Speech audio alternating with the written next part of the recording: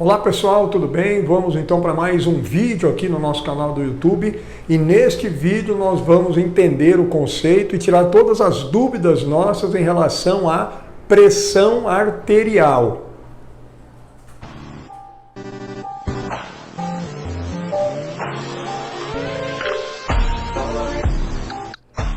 Vamos lá então, gente. Quando nós falamos em pressão arterial, muita gente ainda tem dúvidas sobre esse conceito. O que é exatamente a pressão arterial e, acima de tudo, de onde ela vem? Quais são os fatores que determinam a pressão arterial? E, obviamente, isso nos dá a condição de entender de onde, eventualmente, se desenvolve, e quais seriam as possibilidades de etiologia, de desenvolvimento, de quadros de hipertensão arterial sistêmica. Vamos lá. Quando a gente fala, então, em pressão, em primeiro lugar, antes de entender a pressão arterial, nós temos que entender o conceito mais básico, que é o conceito de pressão sanguínea. O que significa esse termo, esse conceito? Essa grandeza física no nosso sistema cardiovascular ou no sistema circulatório. Atenção, a pressão sanguínea é, então, conceitualmente, a força que o sangue exerce sobre a parede dos vasos sanguíneos. Como assim, Cássio? Então imagina que você tem um vaso sanguíneo qualquer aqui, e aí quando eu tenho a ejeção do sangue, esse sangue que está sendo ejetado faz força empurrando a parede dos vasos sanguíneos. Essa força que o sangue está fazendo, empurrando a parede dos vasos sanguíneos, essa é a pressão sanguínea. Portanto, a pressão é uma grandeza física de quem? Do sangue, não é da artéria ou do vaso sanguíneo. É o sangue que está gerando força, exercendo uma força, empurrando a parede dos vasos sanguíneos. Portanto, o sangue está gerando em cada um dos vasos, por onde ele está fluindo, ele está gerando uma pressão. Isso, então, é a pressão sanguínea. Então, o que é a pressão arterial? É aquela força que o sangue está exercendo sobre a parede de quais vasos? Das artérias. Então nós temos a pressão arterial, a pressão sanguínea arteriolar, a pressão sanguínea capilar, a pressão sanguínea venosa. Em cada um dos vasos sanguíneos que o sangue está gerando, exercendo essa força, portanto gerando uma pressão, é a pressão daquele vaso sanguíneo específico, daquele segmento do sistema circulatório. Portanto, a pressão arterial é a força que o sangue exerce sobre a parede das artérias. Essa, então, é a pressão arterial. Pronto, definido esse conceito, agora vamos entender o seguinte. De onde ela vem?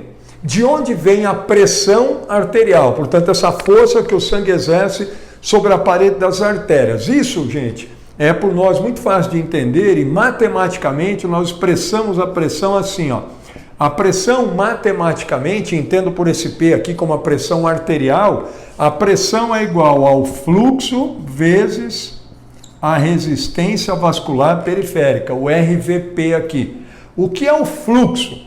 Fluxo é a outra grandeza física do nosso sistema circulatório, e fluxo é o quê? E aqui para nós é fluxo sanguíneo. Quem ele é? O volume de sangue que percorre um determinado ponto da circulação sistêmica a cada minuto, ou da circulação como um todo a cada minuto. Quanto passou de sangue por esse ponto aqui na artéria aorta no último minuto? Passou por aqui, nós tivemos aqui uma passagem de 5 litros de sangue passando por esse ponto, pela artéria aorta, pela artéria femoral, por algum ponto da circulação como um todo. Esse é o fluxo. O volume de sangue que percorre, que passa por um determinado ponto da circulação a cada minuto. E ele é expresso em litros por minuto. Litros de sangue percorrendo um determinado ponto da circulação a cada minuto. Isso é fluxo. Portanto, quando nós aumentamos o fluxo sanguíneo, a quantidade de sangue que está circulando, nós aumentamos a pressão. E aí tem uma coisa óbvia. Imagina isso assim, Você tem isso aqui de sangue. Agora, para esse mesmo vaso, com esse mesmo diâmetro, eu tenho muito mais sangue. O que vai acontecer? Se eu tenho um volume, um fluxo maior, eu tenho mais força sendo exercida contra a parede, tem mais sangue empurrando. Isso aumenta a pressão. E a resistência vascular periférica, quem é? É a outra grandeza física de interesse, e essas se relacionam. A resistência vascular periférica, o nome já diz tudo. A resistência é de quem? do vaso sanguíneo, resistência vascular periférica, dos vasos sanguíneos periféricos. O que ela significa? A dificuldade, a oposição que o vaso sanguíneo oferece para a passagem do sangue, ou seja, oferece a quem? Ao fluxo. Então a resistência agora é uma grandeza do vaso sanguíneo. A dificuldade, a oposição que um vaso sanguíneo qualquer oferece à passagem do sangue. Imaginem isso aqui. Se eu tenho um vaso sanguíneo com esse diâmetro e um outro vaso sanguíneo com um diâmetro maior, vou exagerar um pouco mais aqui, eu tenho nos dois o mesmo fluxo, o mesmo volume de sangue. Olha aqui, ó.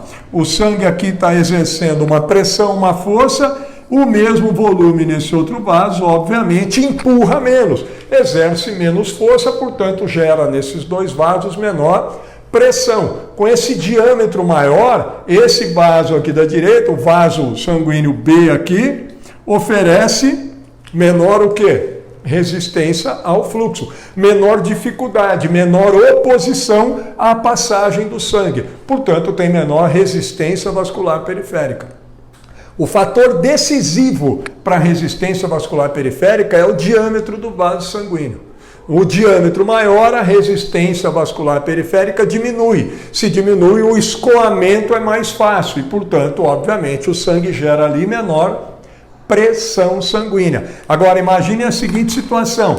Nesse vaso aqui, eu tenho agora aquelas placas de gordura, aquelas placas de ateroma. Nesses pontos em que eu tenho as placas, o que acontece? O sangue não vai passar aqui por cima. Nesses pontos, eu tenho uma diminuição do diâmetro. Olha aqui o que aconteceu. Olha aqui. Olha o que é o diâmetro normal. Esse vaso sanguíneo com essas placas de ateroma, portanto, um quadro de aterosclerose, aumentou nele o quê? A dificuldade para a passagem do sangue, aumenta o atrito. Se o diâmetro está menor, aumenta o atrito. Então o vaso sanguíneo está oferecendo mais oposição, mais dificuldade. Portanto, quando eu tenho essas placas, aumentou o quê? A resistência vascular periférica. Por isso, normalmente, esses indivíduos, né, em artérias assim, que tem um quadro de aterosclerose, aumentam a pressão. Entendam também agora, ó, por fluxo, para nós é sinônimo do quê? Débito cardíaco.